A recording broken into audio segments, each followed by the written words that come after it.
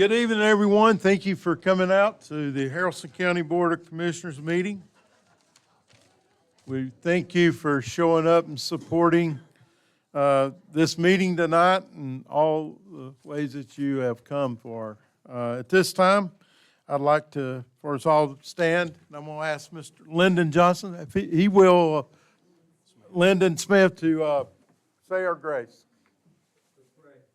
Heavenly Father, we thank you for the opportunity to be here tonight. Thank you for these that have all come out. We're so grateful, Lord, for the wonderful day you've given. Thank you for the rain we had that cleared the air. Some of the stuff that comes off that tree is so irritating to so many. Lord, we thank you for the commissioners that are here. We thank you for this county and all the work that's done here and the work that they put in and the decisions they have to make. And God, we just ask you to guide us as we go forward, always, each and every one of us in our own lives, in our own business, in our own way. We ask all this in the name of Jesus Christ, our Savior and King. Amen. Amen. Let's stay standing and say the pledge. Allegiance to the flag of the United States of America and to the republic for which it stands, one nation, under God, indivisible, with liberty and justice for all.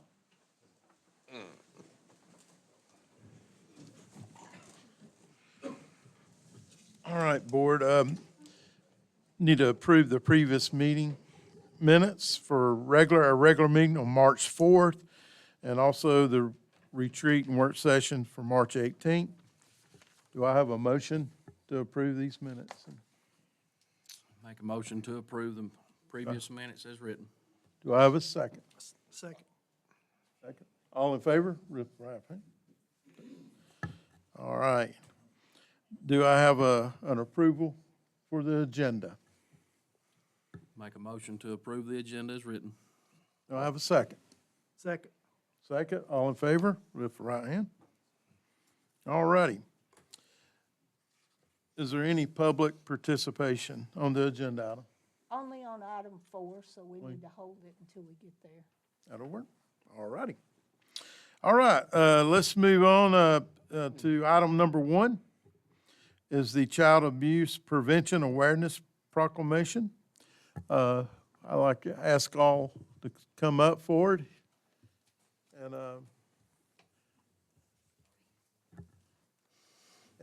I tell you what, y'all, Yeah, if y'all would come all the way up. up to here. Thank y'all for being here tonight.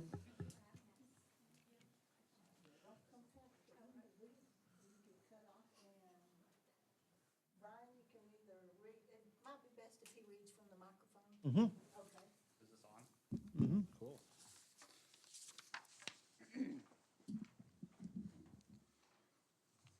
Okay. Whereas children are key to Haralson County's future success, prosperity, and quality of life, and while children are our most valuable resource, they are also our most vulnerable. And whereas children have the right to be safe and to be provided with an opportunity to thrive, learn, and grow in an environment that fosters their healthy growth and development, and whereas child abuse and neglect can be prevented by supporting and strengthening Haralson County's families by providing parents with social support, knowledge of parenting and child development, and concrete resources they need to cope with stress and nurture their children, thus preventing any far-reaching effects of maltreatment, providing the opportunity for children to develop healthy, trusting family bonds, and consequently building the foundations of communities. And whereas effectively intervening in the lives of children threatened by abuse is a shared responsibility, therefore, we must come together as partners so that the voices of our children are heard by all, and we are, as a community, extending a helping hand to children and families in need.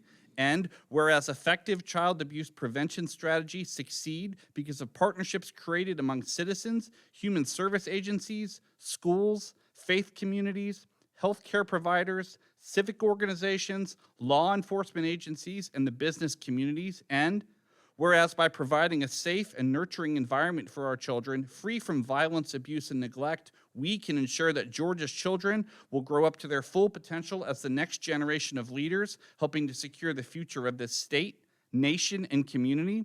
And whereas the Haralson County Board of Commissioners, with the citizens of Haralson County, in partnership with Haralson Family Connection, Haralson Foster Parent Association, Haralson and Polk Casa, Haralson Department of Family and Children's Services, West Georgia Child Advocacy Center, and other community representatives to call attention to the problem of child abuse. So, therefore, be it resolved by the Haralson County Board of Commissioners that April 2025 is designated as Child Abuse Prevention Awareness Month in Haralson County, and all citizens, community agencies, religious organizations, medical facilities, and businesses are hereby encouraged to increase their participation in our efforts to prevent child abuse, thereby strengthening the community in which we live. Signed by Brian L. Walker, Chairman and CEO, and Allison Palmer, County Clerk. Thank you, Brian. Hang on just a second. We got a picture coming.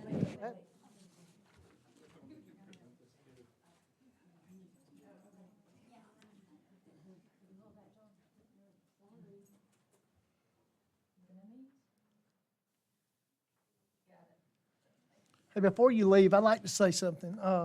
You know, there's unsung heroes in every county, in every state, everywhere. People like this right here, you never hear of them, you never know where they're at. But here's some unsung heroes right here from Haralson County. So thank y'all very much. Thank you. We also have just a little bit of a gift for you guys. It's our Stop Child Abuse pin, so I just wanted to hand them to you guys individually. Thank you. Of course. Thank you, ma'am. Thank you so much. Thank y'all. Thank you. Thank you for being here tonight. Oh, thank you. All right. Item number 2 is the Haralson County High School Game Day Cheerleading Team proclamation. Would everyone with the Haralson County High School Game Day Cheerleading please come up? It's spring break, so we're missing the just- majority. That's all right. We're going to recognize them anyway. That's right.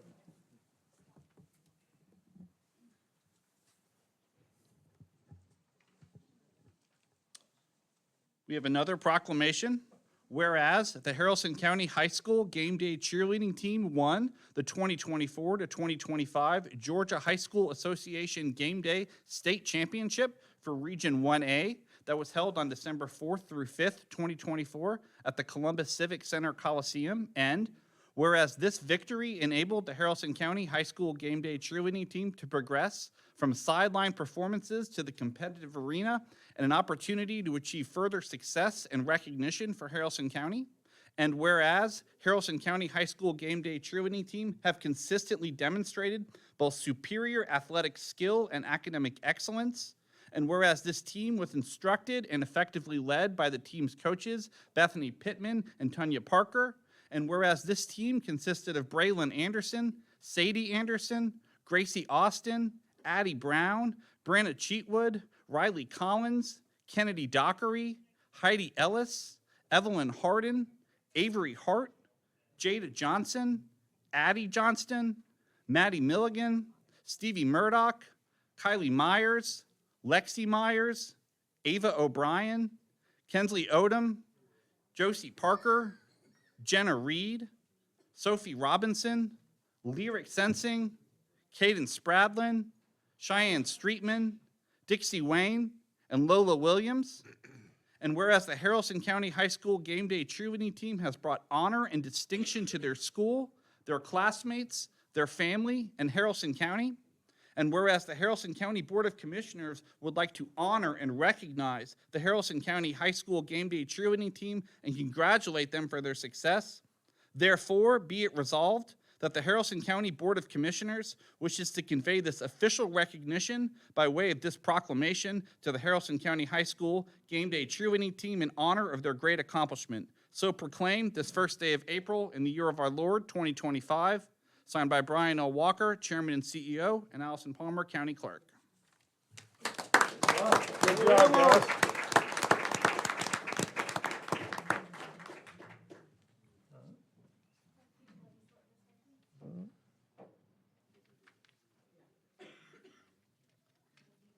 Thank you. Congratulations. Thank y'all. Congratulations. Yes.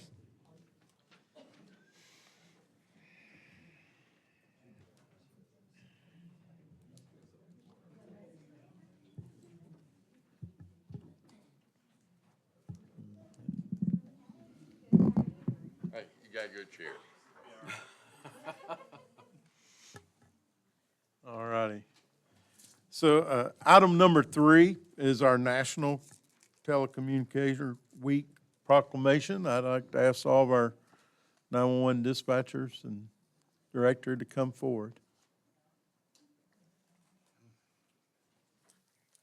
Which this ain't all of them. There is still some over at the building answering calls, so. We hope, yeah. All righty.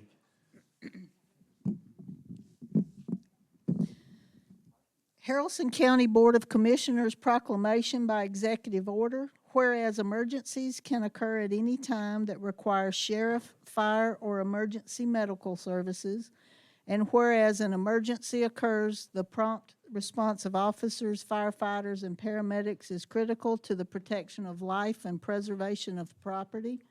And whereas the safety of our officers and firefighters is dependent upon the quality and accuracy of information obtained from citizens who telephone the Haralson County 911 Communications Center.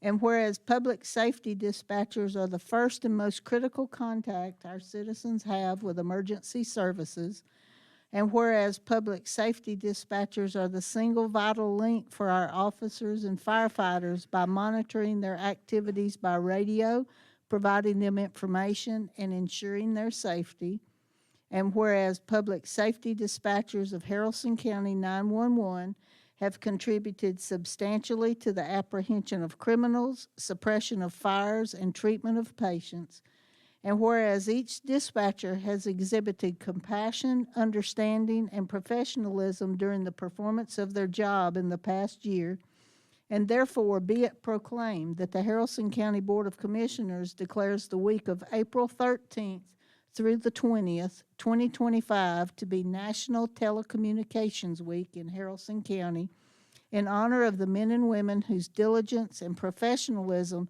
keep our county and citizens safe. So proclaim this first day of April in the year of our Lord, 2025. Signed, Brian L. Walker, Chairman, CEO, Allison Palmer, County Clerk.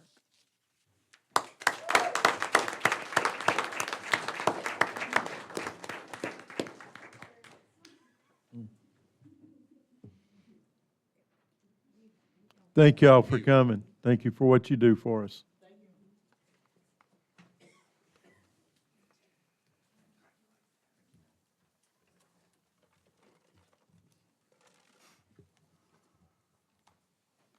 All right. Okay, brings us down to item number 4, our public hearing. It's for the Draketown Eats alcohol license requested by Josh McMillan. I'd like to ask Vicki. I'm already here. Oh, you're already there, sorry. So I'll turn it over to you, Vicki. Okay. As you know, Josh McMillan has purchased Fat Phil's, and he is going to turn it into Draketown Eats. He has requested an alcohol license for beer, wine, and liquor by the drink. He has passed his background check and his fingerprints. He is here to give you some more information and answer any questions. Where you at? There he is. You can come on up. And since there has not been an alcohol license issued at this location for over a year, it does have to come before the board, and you'll have to vote yes or no on it.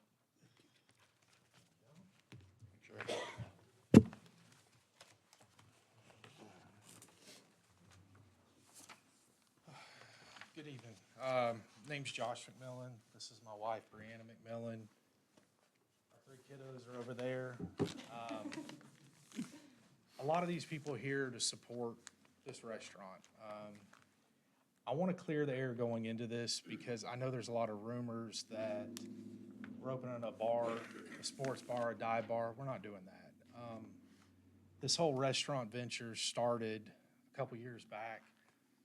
My background's construction, but I have a daughter that has an allergy, so we were constantly battling, trying to find places for her to eat. God brought Chad and Lauren into our lives. Well, legend here, Chef Chad. They ran West Cobb Diner for 15 years. We couldn't do this without these people. Back in November, we started a restaurant in Dallas. It's been a great success. We haven't had any incidents. We've got, and if you look in those pamphlets, it'll kind of just show you what we're trying to do. We're trying to bring life to this town. So she's from Paulding County. I'm originally from Cobb. We moved out to this area to get our kids out of where we were to a better town. Our kids go to Union. We're trying to get them into Bremen right now. This is our new home. We've been here for 5 years. We live right behind Fat Phil's. We'd go there every weekend to eat. And my wife left me out of town one weekend, and I was joking with Phil and asked if he wanted to sell it. Well, I get a phone call that next Monday, he wanted to sell it. This was not our original plan. But Phil was ready to retire. And we made a deal, it worked out. During the time that this transpired, because I originally was just gonna put lipstick on a pig and we were gonna move forward the way it was. But once we got in there, we realized we're gonna have to bring the whole place up to code. And by doing that, we went from a minor investment to excess $700,000 investment. So to be able to open this place up, we're requesting the alcohol license to help sell this place or help grow it, because 15% of our income comes from alcohol. Again, we're not trying to open a bar, we're just trying to, somebody to be able to come there and have a nice dinner, have a nice drink, leave. It's a family place. Like down in Dallas, we closed down at 10, 11 o'clock. We haven't had any incidents. I actually asked the marshals to come to vouch for the part that we've never had any incidents. We have good control of our stuff. People come in, they have a good dinner, they have a drink, and they leave. And that's all we're asking for this town. I mean, the town has nothing out here. I would love to be able to ride a four-wheeler up and get something to eat, but I can't. I have a Waffle House and a gas station to eat at. So we're trying to bring life to the town. We're not trying to hurt it. And I know there's a lot of people that don't want it, but I promise you, we're here with our family to make this work. I mean, I promise. And if I could get a show of hands of how many people are here to support Downtown Eats. So we're not trying to mess this town up. We're trying to help it.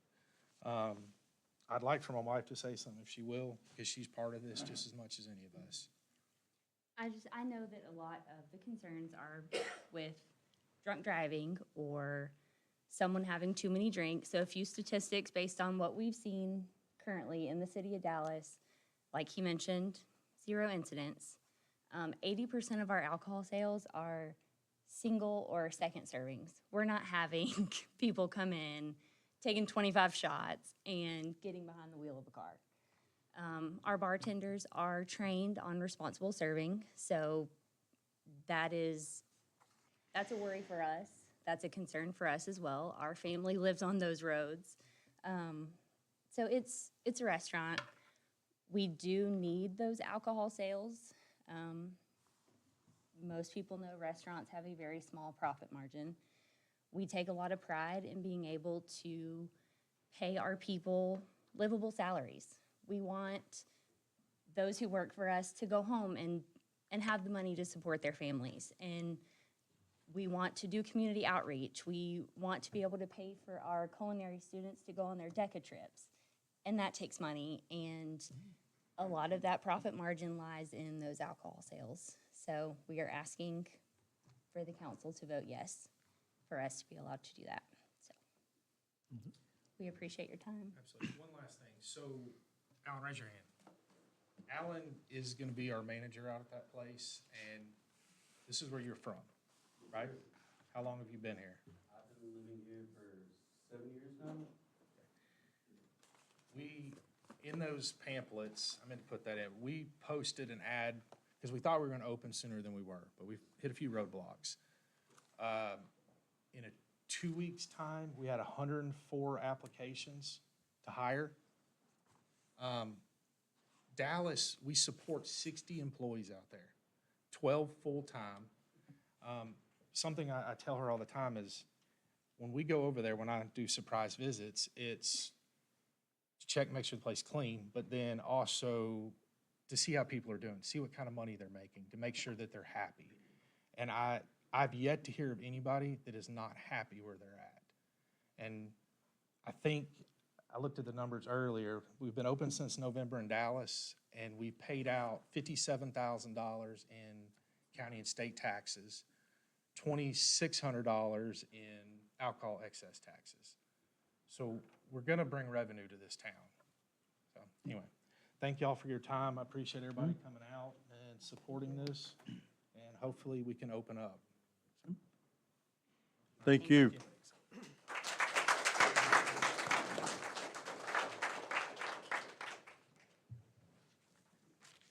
Okay. Is there Questions from the board?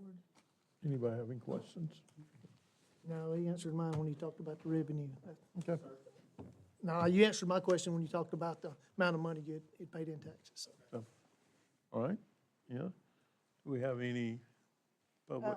Yes, we do, and if you would, when we call your name, come up here to the podium to speak and speak into the microphone, state your name. First one is Michael Hester. There is a 3-minute limit on your speaking. Good afternoon. Josh asked me to come speak to you today on our dealings with him as part of the Downtown Eats. But we've been dealing with Josh McMillan and his company for longer than the 6 months that Downtown Eats has been around. He originally started his business as an axe throwing place that sold alcohol. In the city limits of Dallas, we allow a 60-40 where you could have whatever business you have has to have 60% of their income come from whatever their business is and 40% from alcohol. Josh did that for a couple of years. Apparently axe throwing is not as good of a revenue as he thought, and he wanted to do something in town and start up Downtown Eats. I've been in law enforcement 28 years. I'm a stickler for the law, and I stay on top of our alcohol people. Josh has never had any problems with the city limits with the city of Dallas. We go through and check, make sure, even to the fact that they've even got their alcohol permits up on the wall. He's brought a Cornerstone restaurant to the city of Dallas.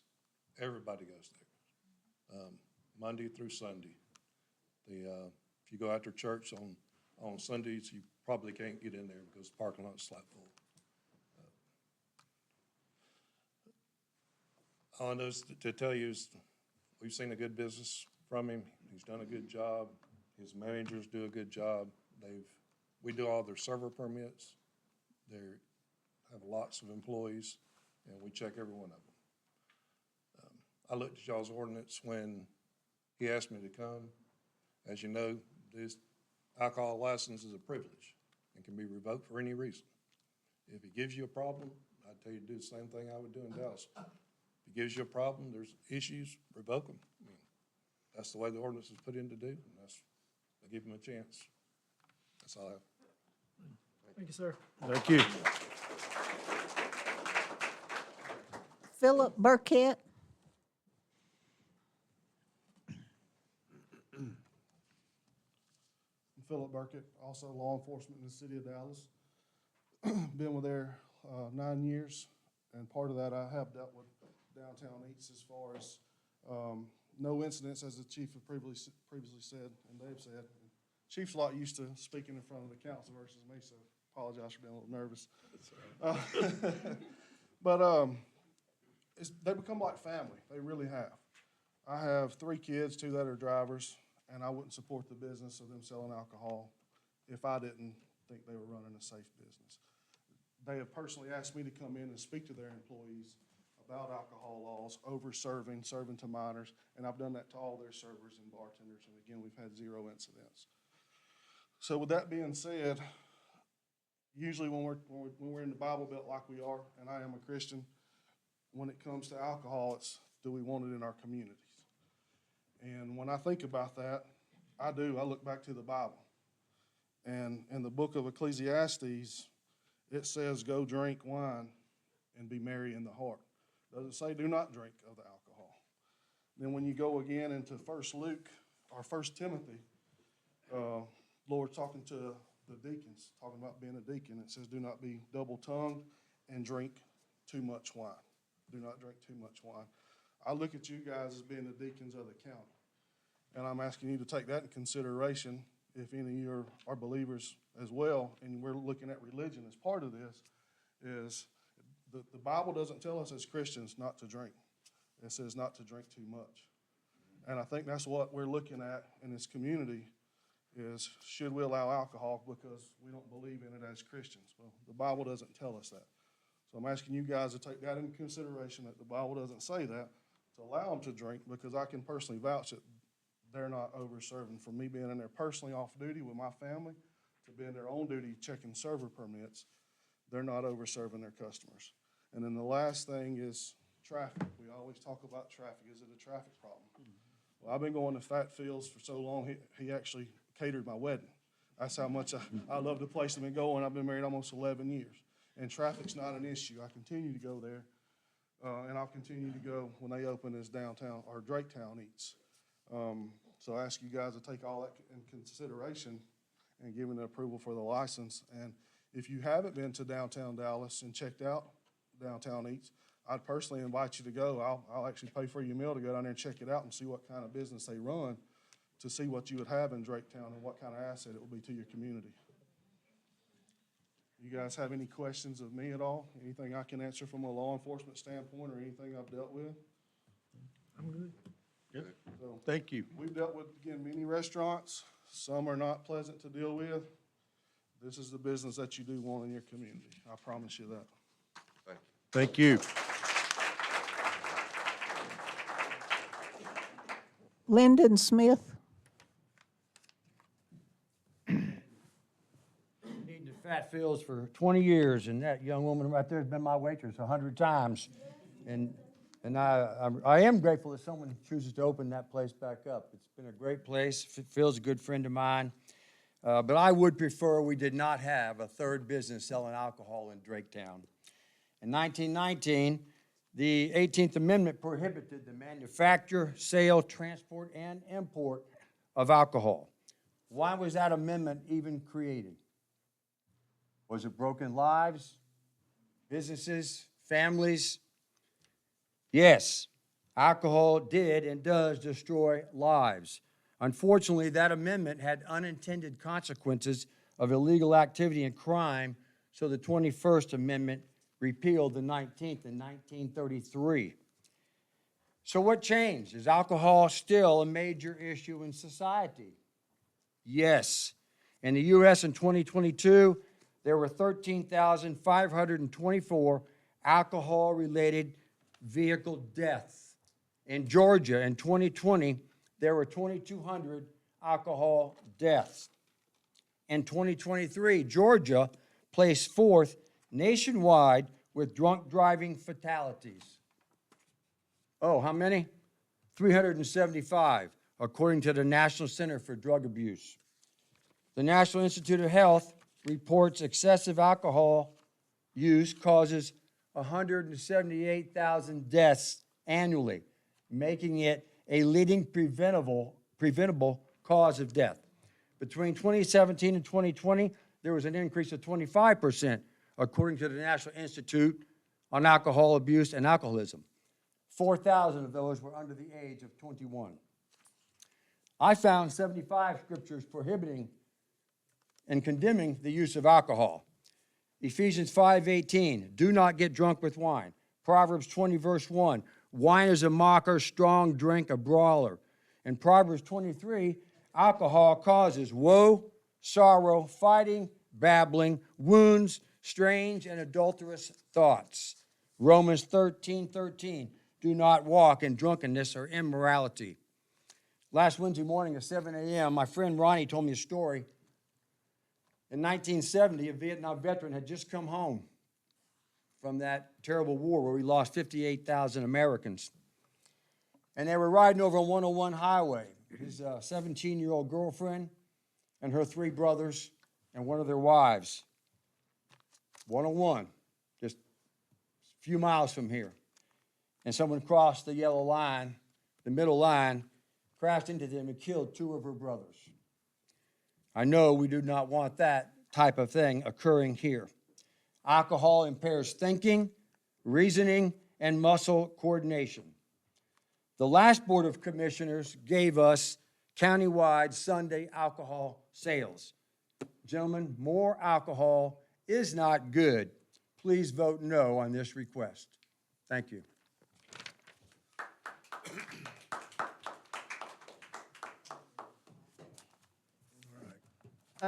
Chad Martin? Okay, Chef. Okay.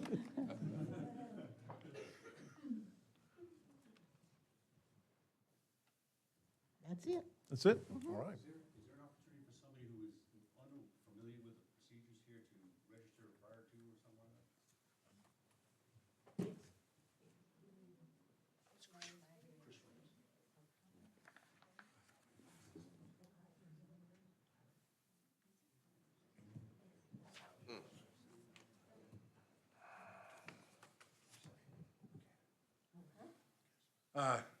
My name is Chris Ramsey. My wife Kathy and I, we moved here about 2017. We had been coming from Paulding County. I did 30 years in the Marine Corps. I know Gunny quite well. But we came out here after I retired, and we basically bought some property out here to move away from, we like the rural environment we have out here. We thrive on that stuff, so. But we, in the endeavor of buying property out here, we drove down 120 continuously. And Fat Phil's was a mainstay of a hard day's work at the property, 21 acres, and then going back and sitting down with the family and eating and stuff like that. So again, I have fond memories of the staff that I know all too well, including Phil's mother, who retired and still worked there continuously. But the bottom line is, as a resident out here, my wife and I go around a lot. We've been married 41 years, and we picked this place as our home, our final home and stuff like that. There are a lot of benefits living here in Haralson County. Some of them that require us for special events, such as anniversaries and stuff. We kind of saturated with no options here in the county. We have to go to Polk County. We have to go across the county line. We have to go to Carrollton. We have to go to Rome to do that stuff. Today we drove out to Tallapoosa and stuff like that. But there are some great things here, but some things that they don't have. I have been multiple times with my wife since their opening at Dallas Eats, and it was a wonderfully refreshing environment for a family person. Sit down with your wife. It was not, there is a bar, and if it hadn't come up, there was a bar there, it would have never crossed my mind. It has been a great place that we go out of our way. It's not going to a fast food place for a dinner with my wife for a special occasion. It's a different atmosphere. And I know you were invited to come out and do it if you have not been there. It is a phenomenally nice place, nice escape. And they're trying to bring that to where Fat Phil's used to be. And we are looking forward to it as residents here, is to go there and eat stuff like that. I don't drink that much. If I do drink, I may have one drink with my meal, and that's it. And then I finish, and I'm done. And I have never seen anything contrary. It's not a place, at least Dallas is not a place where you sit down at a bar and watch games and meet, and get drunk. It's not a bar. It's a place to go eat and socialize. It looks like a great business place. If I was having a business deal and I would meet associates, it's an option. And for many of you who do the business thing, you understand the benefit of having that. So I call it a social drink, and I believe that's exactly the intent that they have, and the environment they plan to maintain, just like they do in the Dallas facility. So I want to give that a perspective from a user of the restaurants and stuff like that, and a resident of Haralson County, that I am very much for it, much to Gunny's, I didn't know he was going to speak today, but we are opposing views on this particular one. So, but anyways, I thank you, and please, I recommend that you approve it. I fully believe in the staff of carrying out the best of that particular business and helping us draw business from Paulding County this way for those same meetings. Gets more revenue here. Thank you very much. Thank you.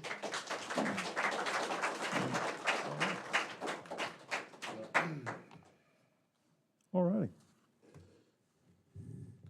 No further, this ends the public hearing. We'll move on to our item number 5, is the Haralson County Development Authority appointments. I'd like, these are appointed and nominated through each district. So I would start with District 1's motion. to appoint. Yes, sir, for District 1 Development Authority, I'd like to appoint Mr. Steve McIntosh. All right. Do I have a second? A second. All in favor? All right. District number 2. District 2, I asked the board to appoint Gary Broadstreet. All right. Do I have a second? I second that. All in favor? Lift your hand. Motion carries.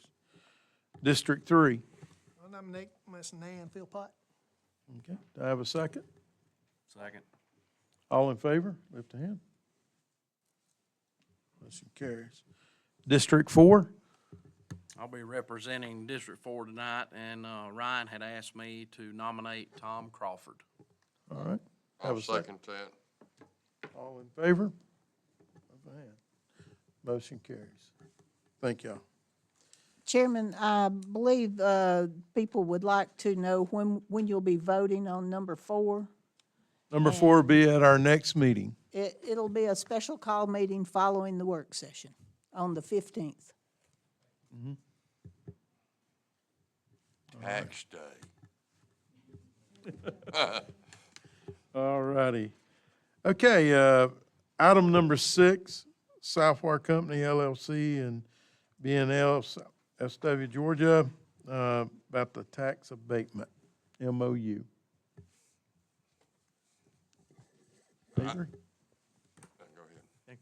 So, Chairman and Commissioners, this is a MOU for a tax abatement for Southwire Company. They're building a distribution facility that's going to be off the Waco exit at the corner of 5 Points Road and Buncombe Road, just south of the Waco exit. It's going to be partially in Carroll County and partially in Haralson County. The Board of Assessors have agreed to a 30-70 split, that 30% of the property, building, and equipment will be in Haralson County and 70% in Carroll County. This will create 250 new or retained jobs in the community. It's a $145 million investment that they're making. And in exchange for keeping those jobs, retaining those jobs, or adding those jobs to the community, and making that investment in the community, the proposed MOU gives a 10-year tax abatement on the schedule that the Development Authority usually proposes, which is starts at 0% the first year and goes through 10 years and adds 10% every year. And then at the end of 10 years, the county will be receiving 100% of the taxes on that. And the schools will be receiving the 100% of the taxes the entire time. So it's in the city of Bremen. The entire property is in the city of Bremen. And like I said, both counties have agreed to abate the taxes, and the city has agreed to abate their taxes pursuant to a schedule, while the schools will be getting the benefit the entire time.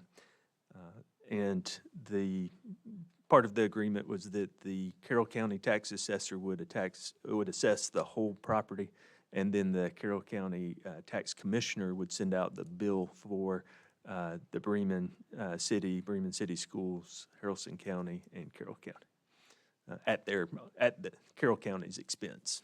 So that is it, unless you have any questions. Does anyone have any questions? All righty. Do I have a motion to accept this MOU?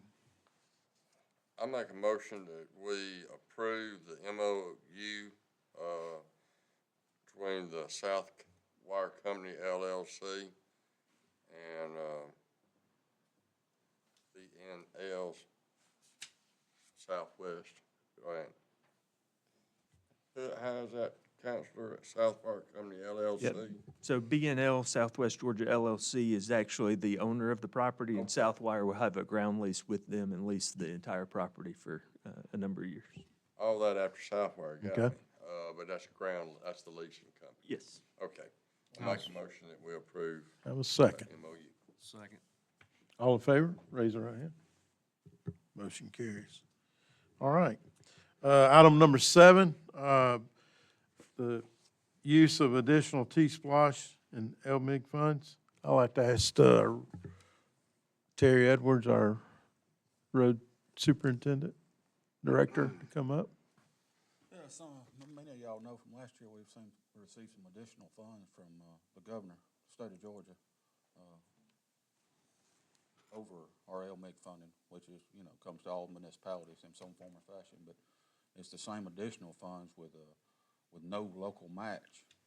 So the thing I want to bring before y'all tonight is give me the opportunity to try to use that funding with the 2024-25 contract while we're in the area. Go ahead and try to maximize the amount of road surface that we can get done. It'll be in a similar area to where we're at, and I think we can get maximum coverage for our money if we, use it. Of course, we all know that next year it can go up. So I think it would be the best benefit to try to use those funds as quick as possible. So there was no match. No, sir, not at all. That's great. And that amount is? 87,245. Okay. So that's a big blessing to us on a local level. What roads are you going to? I would like to do And- Tallapoosa East, a portion. And when I say a portion, it's because there's a portion from the church out to Mount Zion East Road that's already been resurfaced in prior years, but the point from the church back to Highway 27 hasn't had any surface on it in over 30-plus years. Yep. And it intersects one of our roads that we have on contract. Well, in the same sense, I'd like to do Corinth 5 Points because it's a 2-mile road also, and it connects with the same contract that we have, so we can maximize our road surface. I think it'd benefit us the best to use it while we got it and not have a price increase next year and not get our maximum amount of coverage over it. I agree. But I just need the board to give me that courtesy to try to work it into this contract. All right. I can get the same unit pricing, so I think there'll be no negotiations as far as that goes, which is a great benefit to us. I've kind of had some preliminary talks with the contractor, and I think they'll honor that unit pricing, which is big, because we all know that in 6 months, material prices change dramatically. So I think that, I just think my recommendation is we use it immediately if we can get it on this 24-25 contract. Okay. But I need a blessing from y'all to move forward with that. So, Board, you've heard the request of the 2 roads. Do I have a motion to approve these 2 roads for Terry to proceed on then? I make a motion to approve this for the LMIG funds and to proceed. It's actually LRA funds. I just want to make sure we clear that up. It's kind of a little different than the LMIG. And the reason it's And it's titled that what? way. What is it called? LRA. LRA, so, okay. I just want to clear that up for. Okay, that's good. LRA. What is the acronym? You might know what that is? Sir. The LRA, you might know what the acronym for that is? Local road Assistance. assistance. Okay. How many miles were those 2? Approximately 4. I mean, I can't give you data on, but best of my memory, it's about 2 miles on both, on each particular road. So it's costing close to $200,000 a mile, Yes, sir. a little over $200,000 a mile. It'll actually be 4 miles of paving. Yes, and Be total, eight, be yes. 8 miles. Yeah. 8 miles. You double it both ways. Oh, yeah. But I just feel like we maximized the road surface by using it, Okay. looping into that contract with that pricing, because if we wait till next year, It'll we be all higher. know that the increase could be dramatic. We might have to match it. Yeah. Yes. Didn't match up, so, And we have to secure those funds in pretty quick access, because if we don't, it can affect our LMIG money the following year, because we have to have status letters as far as where and how we spent the money to, where we're held responsible for the funding on our LMIG and get the 30% match accrued. So it can mess us up a little bit, so it's almost best to use it immediately. Yeah. yes. Have these funds already come to us? No, sir, I'm still working on that process. And when will they come out for our annual paving that we'd already scheduled? They're trying to calendar me in right now. They're on a GDOT project. I went up and looked at some of their work as we did Yeah. last year. Very pleased with what we said, but, they're looking at April, early May. Will we have that extra money when they come, you feel like? But by the time it's Time they get invoiced. through? Yes, sir. Okay. It's usually really, really quick. Usually in the past, it's been a week turnaround. Once I do the Was last year. paperwork, it usually is within a week's turnaround, 10 days at the most. So it's not real hard to get the funds. It's just you gotta, apply for them and put a status letter together and a project list. All right. Without this project list, I don't have nothing to put down for it, is what I'm saying. So I really need to use it now. Okay. And improve these roads, so I'll have something to put on the project list. So we have a motion. Do I have a second? Second. Second, all in favor, lift the right hand. Motion carries. Okay. Is there any public participation on a non-agenda item? No. None? Okay. Hey, again, thank everybody for coming out tonight. Come every month. We're here. So we like this crowd. So hold us accountable. We like that. So this time, do I have a motion to adjourn? Make a motion, we adjourn. Have a second? All in favor? Lift hand. Thank y'all. Everybody be safe going home tonight.